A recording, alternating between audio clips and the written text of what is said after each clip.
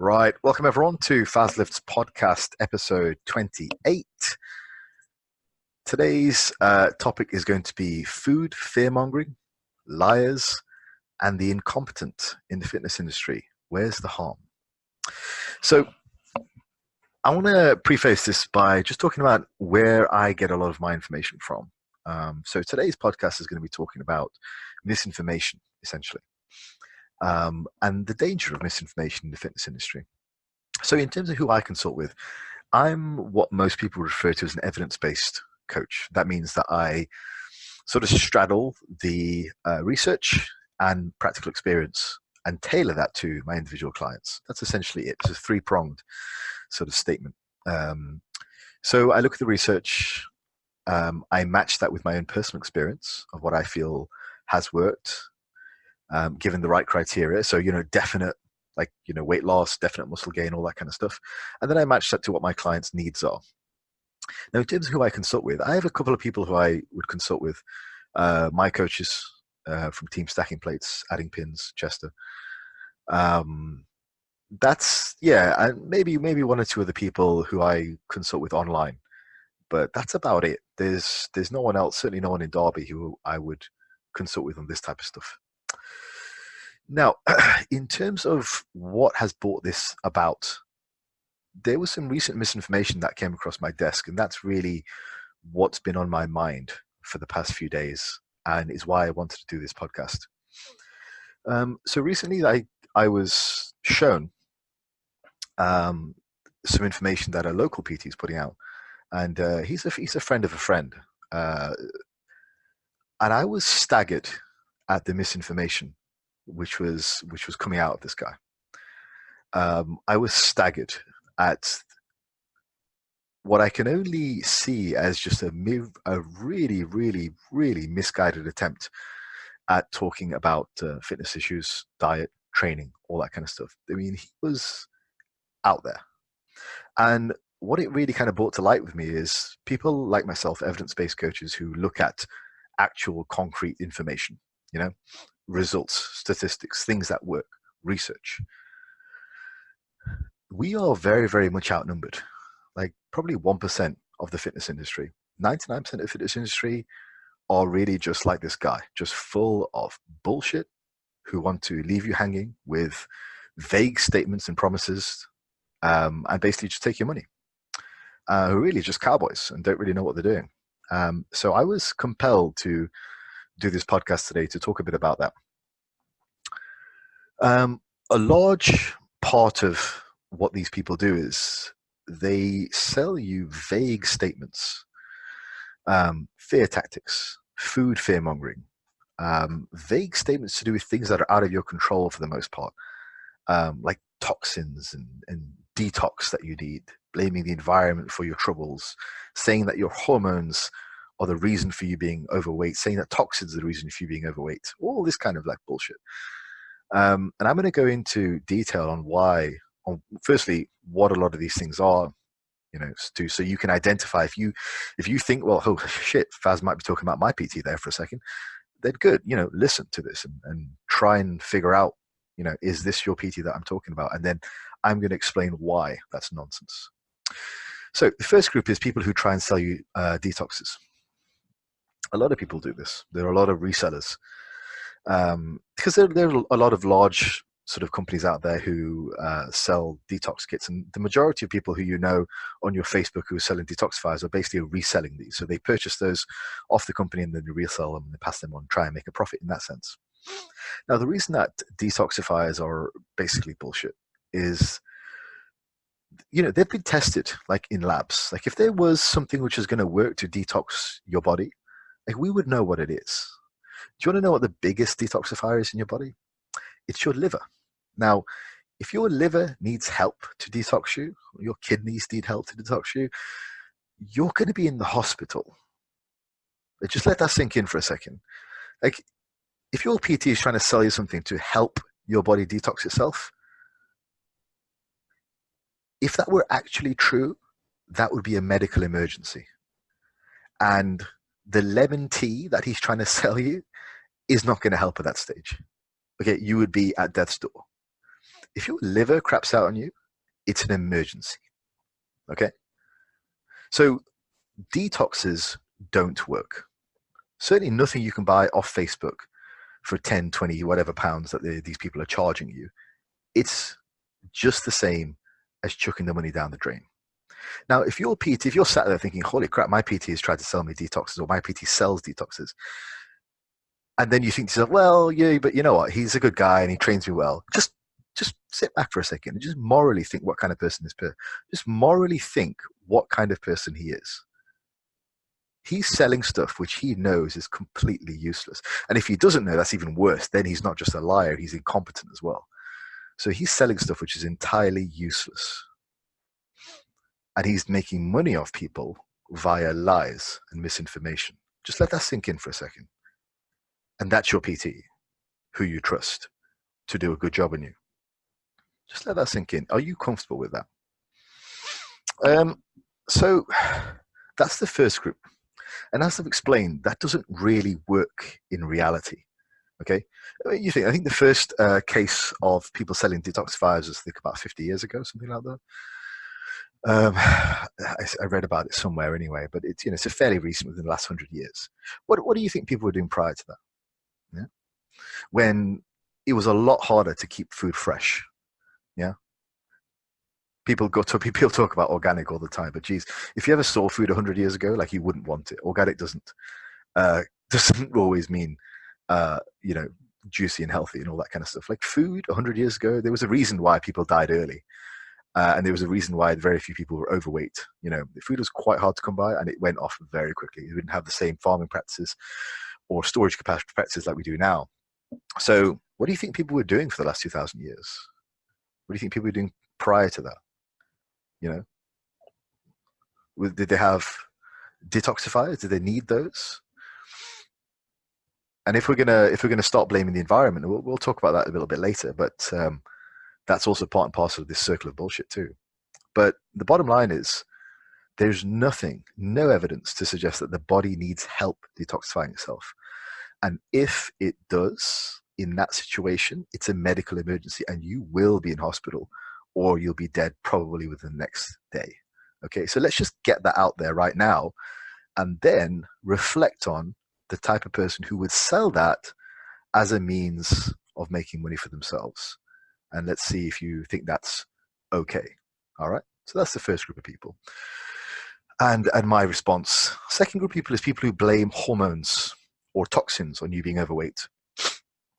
Now, we know for a fact now that people who are obese, they do tend to have hormonal levels which are a little bit out of whack. However, they're not overweight because their hormones are out of whack.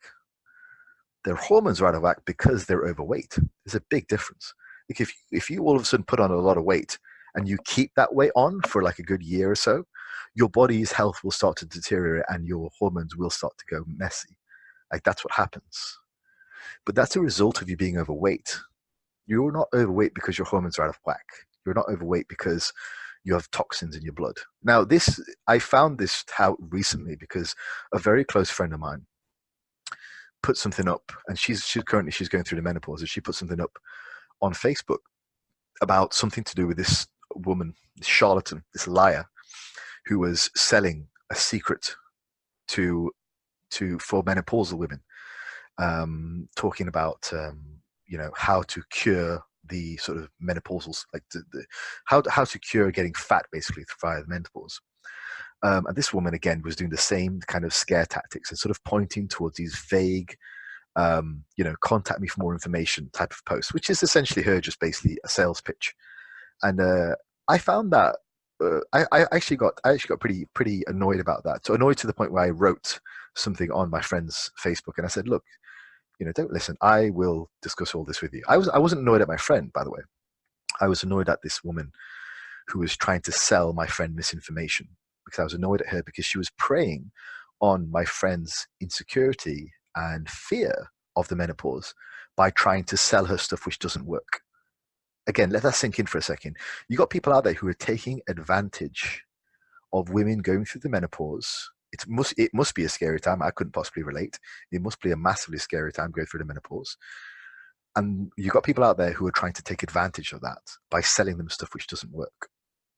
Now, how do we sit back and say, well, that's okay, she's just trying to make a living for herself, or she's not doing any harm? Well, she is, though. She is, because she's selling the products which aren't going to do anything and potentially are going to distract that woman, including my friend, from doing what she needs to be doing to actually make herself feel better. And if nothing else, the menopause is going to happen for women. Okay, there is going to be an adjustment period, and you are going to feel different afterwards. Trying to sell people false hope to say I can fix that for you, just so you can take 20 quid from their pocket to line yours, is disgusting. So that's one thing that I want to point out. Another thing I want to go back to is talking about hormones being out of whack because you're overweight. We know from numerous studies now, like pretty much the entire body of evidence shows that if you lose weight, if you lose fat, you're going to get healthier, bottom line. Okay. Now, there was a really famous kind of like little research project that a doctor from America did, where he lost something like 18 pounds of fat over a period of, I don't know, 3 months or whatever it was. And all he did was he just ate junk food. It's hilarious. So he wanted to prove that it was basically calories in versus calories out. Now, he ended up proving two things. One, which is kind of obvious, to me at least. It might not be obvious to some people, but one is he was in a calorie deficit, so he lost weight. And that's great. And I can already hear these scam liar PTs, who listening to this podcast thinking, yeah, but what was his health like? Well, I'll tell you what his health was like. His health markers all improved because he lost weight. Okay, there's your answer. His health markers all improved because he lost weight eating junk food. Now, I'm not suggesting everyone eats junk food, but the point is, you've completely negated this idea that it's what you eat and it's your hormones which are making your health go out of whack. Okay, because all his hormonal profile improved, all his health markers improved because he lost the weight. So if it was his hormones making him overweight, then how does that work? Explain that. It doesn't. His hormonal profile, his health improved because he lost the weight. In the same way that it's not your hormones which are causing you to be fat, it's the fact that you're fat, which means that your hormones are out of whack. All right. On that note as well, I'm going to just mention briefly, because this same person talking about toxins as well. And toxins from modern society being the reason that you're overweight. This is another kind of boogeyman scare tactic that these people use. They talk about vague toxins which are causing you to be fat, like everything that's in the air we breathe, in the water we drink, in the food you eat, in everything. Okay, just making you scared of living in modern society. That's what these people do. That's how they take advantage of you. Ask these people specifically two questions. One, specifically what toxins do they mean? Name some. And if they can name toxins that they're talking about, so if they manage to pull out some like scientifically sounding names, ask them for a research study which shows the dose of that toxin. Ask them. Because we all know that the poison is in the dose. Like you can kill yourself with an overdose of water. Okay, it doesn't mean water's poisonous, does it? It's the dose. Ask them for a research study which shows conclusively that item they've said in the dose, which is present in modern day food, is actually going to kill them. Ask them that. They will not be able to give you that answer because it's not true. Again, these people are trying to take advantage of you. They're trying to make you scared. And by making you scared, they can sell you products which don't work. Finally, we've got people who sell meal replacement shakes, kind of like Herbalife and all these other smaller companies, which I don't want to give any airtime to. My big response to that is it sustainable? Any good diet coach will tell you that fat loss for the long term is about habits. It's about changing your habits. It's about being a person who's more active. It's about being a person who has an eye on how much food they're eating. That's what it's about. Okay. And that's going to involve some tracking for the majority of people, some form of tracking. I'm not suggesting it always has to be calorie tracking. I'm not suggesting it always has to be macro tracking, but it has to be some sort of tracking to stay accountable. Okay. It has to be something which is outside of just a subjective feeling of I'm feeling full or I'm not feeling full. It has to be something objective. So my reply to people who sell meal replacement shakes is, well, how is it sustainable? You can there's most of every single one of my clients has heard me say this. There's no skill in starving someone down to their goal body weight. There's no skill in that at all. Okay, you can take someone, you can starve them down to their goal body weight. It isn't impressive. It doesn't impress me at all. If you take someone down to a shredded condition and they are feeling healthy doing so, that's a win. And if they maintain that sort of loosely maintain that body weight, maybe a little bit of leeway here and there, that's a win. People who sell meal replacement shakes, what are they basically saying? They're saying, yeah, we're going to get you down to your goal body weight, and then for the next 50 years, you're going to carry on eating these shakes, and that's your sustainable lifestyle. It's a lifestyle. It's a lifestyle. Yes, we're selling lifestyles here. No, you're not. You're selling fucking meal replacement shakes. So great, fantastic. Meal replacement shakes, and some of these they really take the mick. They sell like little chocolate bars as well. So they're like, hey, great, look at this. You can have a meal replacement shake and a chocolate bar. Wow, what diet plan lets you have that? Well, any like non-stupid diet plan will let you have that actually, because you just count your calories and put it in. And again, these chocolate bars are all sold by the company, so they're massively overmarked, huge profit margin on these. And again, that's another thing that these people will use to scare you into parting with your money. Finally, I want to talk about people who talk about good food versus bad food. A ton of PTs talk about this. I still consider it to be really, really, really misguided. Now, if we're talking in a general sense and somebody has a conversation about bodybuilding and talk about like clean foods, okay, I'm fine with that. Okay, that's good. Like, whatever. We kind of roughly know what people mean. So, okay, I'm not going to be so pedantic that I'm going to go, well, actually, that's not whatever. But when the entire post is about saying eat good food, eat clean food, eat nothing but that, there's some alarm bells which need to be rung here. Because look, if you have a list in your head, if you've been programmed to have a list in your head, if your PT says to you, you've had a list in your head about good food versus bad food, and you don't have any idea about counting calories, your strategy is one of avoidance. That's basically what we call it. It's an avoidance strategy. You can't use an avoidance strategy forever. So what are you going to do the moment that you take a bite out of the bad menu? Most of the time, people who see life in black or white, once they go over to the other side, that's it. They just chomp right the way through it. Once they sort of open up that dam, that's it. The water comes flooding in and they eat every possible thing. So if you've been told that, let's see, I was going to try and name some junk food that I like. There's no junk food that I particularly like because, again, I eat whatever I want, whenever I want, because I don't have a bad relationship with food. But let's say, I don't know, let's say you really like Snickers bar, okay? Your PT's like, no Snickers bar. That's going to become in your head after a while. It's like, I want a Snickers bar, I want a Snickers bar, I want a Snickers bar. PT's like, no, it's bad, can't have it. What's going to happen as soon as you have a small bite of that Snickers bar? Eventually, you're going to eat the Snickers bar, you're going to eat the 4-pack that comes with it, you're going to eat the 6-pack that comes in that, you're going to get everything else in your bad cupboard, because you probably have a bad cupboard, because let's face it, it's good food versus bad food, right? Yeah? So that's what I'm talking about with the bad relationship with food. Soon as you start talking those in that way, what you're doing is you're putting the seeds of a bad relationship with food into people's heads. Because listen, the avoidance strategy is not something you can keep up forever. You need to teach people how to be flexible with their diets, not have this constantly talk about good foods and bad foods. So I've gone through quite a few different categories of things and my refutals and my rebuttals. Okay. Now, any one PT may well, and they usually are, doing all of these mistakes at once. Okay, this is from what I know. There are very few PTs that I know in person who actually take time to just stop and think about what the hell they're actually doing. They just go along with it as sort of, they do all of these. If they do one, they tend to do all of them.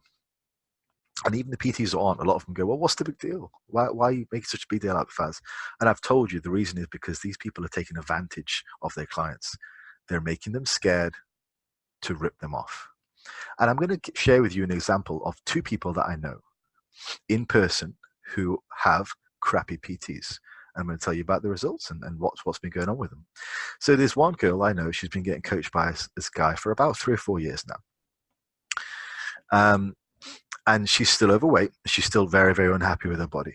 Okay, she's single. She's divorced, I think. And she's unhappy with her body. Okay. Now, a large part of her confidence comes from her body. Okay. And she has no body confidence. She has no confidence at all. So we're not just talking about a small thing here. We're talking about a major life thing. Like she's not confident in herself because she's not confident in her body. Okay. Now, what this guy's been doing with her has been for the past 3 or 4 years, he's been giving her coaching. Okay. Once or twice a week. So she's been spending 25, 50 quid a week. So let's say a couple of sessions. Let's be generous and say one session a week. So let's say 30 quid. Okay. Times it by 4 weeks, 120. Times that by 12. So you got about $1,500. Times it by 3. So let's say on average about say about 4.5 at a minimum, 4.5 grand at a minimum over the last 3 years she spent on this guy. And she's still overweight. She's still desperately unhappy with her body. And I asked her, I said to her, because I didn't know any of this. This all came out afterwards. And I said to her, look, what do you know about calorie tracking? Just something basic like that. So what do you know about calorie tracking? So I don't know anything about it. Never track calories. I don't do that. I just eat clean. Said, oh, okay. How's that working for you? Well, I didn't say how's that working, because obviously I know how that's working for her. She's desperately unhappy. It's not working very well. So in 3 years, he scammed her for $5,000, and she knows nothing about actually counting calories. I said to her, okay, fine, let's take a different tactic. Let's look at activity levels. Do you know roughly how many steps you're doing per day? So do you know how active you are? She says, no, I don't. I just do step classes 2-3 times a week. I was like, okay, great. And in my head again, I was thinking, wow, how's that working out for you? So she doesn't know about anything to do with her overall activity levels. Nothing whatsoever. All she knows is she'll try and eat clean, whatever that means. She'll go to a class a couple of times a week. And she thinks in her mind she's doing enough because that's what she's been told. Listen, you're doing everything you can. You're doing everything you can. Great. And she's still desperately unhappy with her body. Like, part of this is me giving a fairly extreme example to kind of wake people up. But another part of me is thinking, isn't that fucking sad? Isn't that sad? And, there's going to be people listening to this thinking, well, fuck, Faz is just going off on a rant. They might disagree with me even bringing it up. They might go, well, look, a guy's just trying to make a living for himself. But look at what he's doing. Look at the consequence of that. He's selling this woman BS. And listen, you don't get time back, right? Those 3 years of her life where she could have been straightened out in a few months, she's not getting that time back. This might affect her relationships in the future. This might affect her love interest in the future, because she's maybe not confident enough to actually go for a relationship. She's maybe not confident to feel like herself in a relationship. This might affect her prospects at work. This might affect every single part of her being. This might be the reason why she walks around miserable all day. I know I'm being a little bit dramatic here. I get that, but it's a contributing factor. We've all been there. We've been unhappy with our bodies. She definitely is. And all he's doing is scamming her out of money and ripping her off. And that's okay. Tell me to shut up if you want, but is that okay? I don't think it's okay. And it's fine when you're 25 and you're young and whatever you do is going to get you results. Like, that's great. You're a PT, fantastic. You've always been skinny, you've always been lean, you've always had abs. It's worked for you. It's not working for her. I'll tell you another example. It's a girl who's a friend of mine. I've said this before as well. I've said this example before. She was with a PT for about 3 or 4 years. She fortunately doesn't have any sort of body issues. She looks a lot better these days because she's actually doing some decent training. But in all the time that he had trained her over 3 or 4 years, never once taught her how to squat properly, never once taught her how to deadlift properly, capped her squat weight at 40 kilos because apparently, you don't want to get too big. She had hardly any kind of decent muscle tone. She didn't even really look like she worked out. And that was 3 years just giving him money. But a lot more than that, $4,000 as well. She was with him probably twice a week. So probably more like 6 to 8 grand just wasted. There you go, just wasting an Audi on that guy. Just basically paid that guy a second-hand Audi for doing fuck all. And that's cool, is it? I guess. Great. I mean, he's just making a living, right? Yeah. He's just, he's doing his best, isn't he? So it's okay, right? Yeah. Is that okay? Is that what we're saying? Is that the general consensus? Because I don't think so. I don't think it's okay. So I wanted to do this podcast today to talk a bit about some of the bullshit that you see in the fitness industry, talk about food fear mongering, talk about liars, talk about just the plain incompetent, and where the harm is in that. So that's my rant. Let me know what you think. Thanks for tuning in. Speak soon.